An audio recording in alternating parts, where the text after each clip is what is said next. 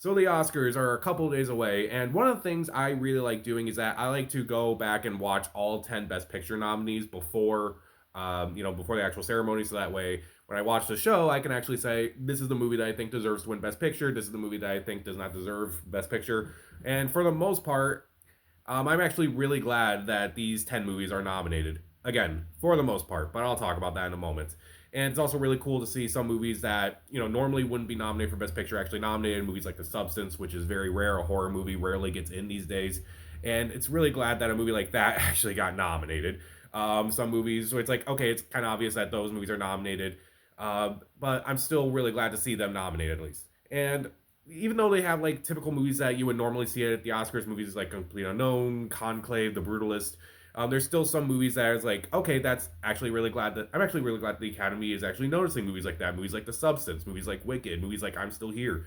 So I'm gonna dive into all that. Again, most of these movies I would definitely recommend. So let's start off with my overall ranking, the 10 movies that are nominated for Best Picture from the worst to the best. Let's get into it. At number 10, Amelia Perez. Now, I don't hate this movie like everyone else hates it. I actually don't even hate this movie. I think this movie is just misguided.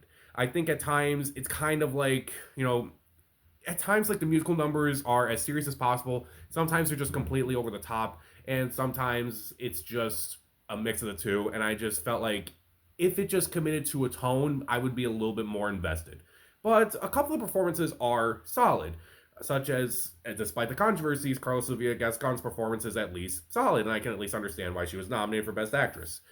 Other times I'm like, what are you doing in this movie? Like Selena Gomez and even Zoe Saldana, who's the front runner for Best Supporting Actress, like her musical number where I think it was El Mal, I think that's what the song name is, where she's kind of like dancing and all these people are kind of like moving back and forth around the tables and she's just behaving weird, wildly and such. I'm like, what? What is happening at times? Again, this is not an awful movie. I just feel like it's just misguided and the tonal shifts are just so jarring that I'm like, I can't tell what kind of movie this wants to be at times. Can I understand some of the nominees? Sure. Like Best Actress, sure. But this one, I'm like, why? Like, why? Again, I don't hate this movie as much as everyone else does, but I can at least understand parts of like why people don't like this movie. At number 9, Wicked. Now, again, I actually really enjoyed Wicked. I did not expect to like Wicked as much as I did. This is kind of like Barbie from last year, where it's like, yeah, I'm really glad this movie was really successful and such. Would I have given that Best Picture nomination? I don't know about that.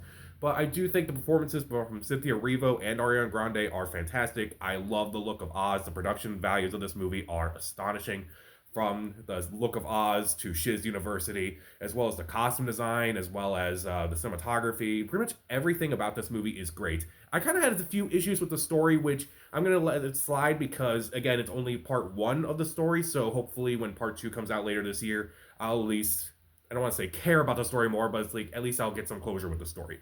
At number 8, Nickel Boys. This was a movie that is shot interestingly because it's shot from the POV of someone who goes through a lot of events. And while I won't dive into what this movie is really about, it is a movie that is very powerful to watch, but I don't know if I could ever watch it again.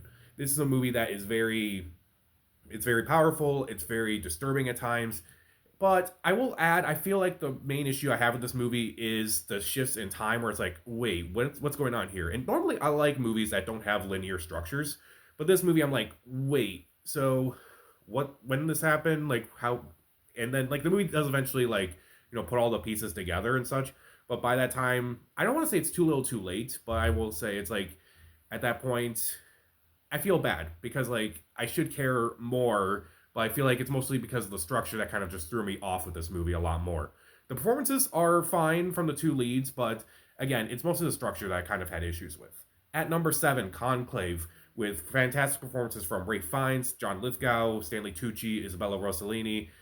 Everyone in this movie is fantastic, and it is very nerve wracking, which is weird to say for a movie like this. The production values are incredible from the cinematography to the actual church. It's very well done. At number 6, A Complete Unknown, a movie that I thought was going to be just a vanity project for Timothy Chalamet. And surprisingly, Timothy Chalamet was one of the best parts about this movie. His performance is so good that I actually forgot he was an actor and I kind of just referred to him as Bob Dylan. This is a movie with fantastic performances, both the acting as well as the singing, which everyone's singing live, surprisingly. From Timothy Chalamet, Edward Norton, Monica Barbaro, everyone in this movie is fantastic. Boyd Holbrook, really enjoyed it. It's definitely a movie that I was not interested in because of like it kind of. I'm not a fan of Bob Dylan's music. Timothy Chalamet I like as an actor, but it's like okay, let's see what you do here. And it's like okay, you're actually taking this as seriously as possible, and like I actually like that with this movie. And I actually feel like it's very respectful of the type of music that Bob Dylan did, and also the celebrity they kind of amassed and such. It's very fascinating. I wish I saw this movie again before the nominations, but like I couldn't find the time, unfortunately. But this is a movie that is definitely worth watching. At number five, I'm Still Here. This was a movie that I went an hour out of my way to see, and it is 100% worth it. This movie is terrifying, it's heartbreaking, it is tragic, it is very well done with a lead performance from Fernando Torres, who is incredible in this movie. A movie that seems very fitting for some things that are kind of happening right now. This movie is very well done. It's very fascinating. I would prefer seeing this win Best International Feature over Amelia Perez. Will that happen? I don't know, but my guess is probably not. At number four, Honora. Fantastic performances from Mikey Madsen, from Yura Borisov, to Mark Edelstein, whoever played Vanya in the movie. The performances are fantastic. It is both a thriller, it's a comedy, it's a romance, it's everything in one, and everything just flows so perfectly. And I do think that by the end, it's like the second time I watched it, I thought it was much better than the first time I watched it, and I'm really glad I saw it a second time. Um, Again, the performances are what saves this movie. Kind of like what you think about the movie is like how she kind of like feels like she can't feel much attachment. I do find that very fascinating, and I do really think this is one of Sean Baker's better movies. At number three, Dune Part Two. Dune Part One, I can understand why some people didn't like it. Like, there's not a whole lot of action, but this movie has a lot more action, a lot more better performances, particularly from Timothy Chalamet, Zendaya, Austin Butler. Everyone in this movie, everything in this movie ups the ante a lot more, and I do think that's very impressive. Several sequences of the movie are fantastic, from the sandworm sequences to Fayed Fayed's first introduction. I thought that was very well done. I thought a lot of this movie definitely up the ante with Dune without compromising Frank Herbert's vision. At number two, The Substance. This movie, again, I feel like this movie would not have been nominated if there wasn't like an expansive category, but I do think this movie is phenomenal.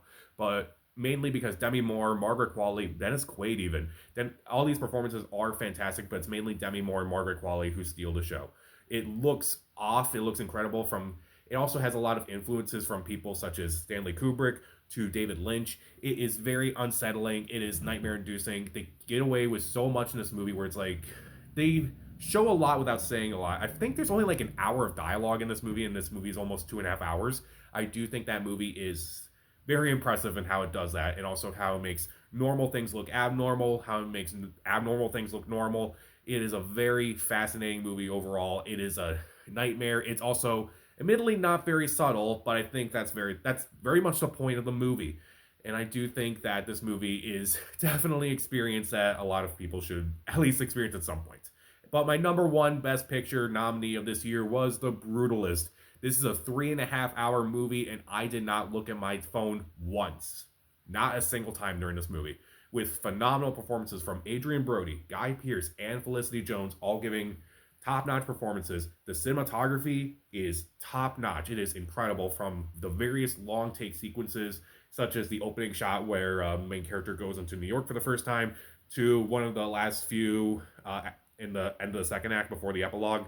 I do think there are a lot of great production values in this movie, great cinematography, production values, despite some controversy surrounding that. I do think this is a movie that it harkens back to an era where they don't make movies like this anymore. They don't make these big, sweeping epics with things like intermissions and overtures and such. And this movie definitely feels like it's a movie from that time, but also feels like it's relevant to today. And I think that's what's most important about this movie.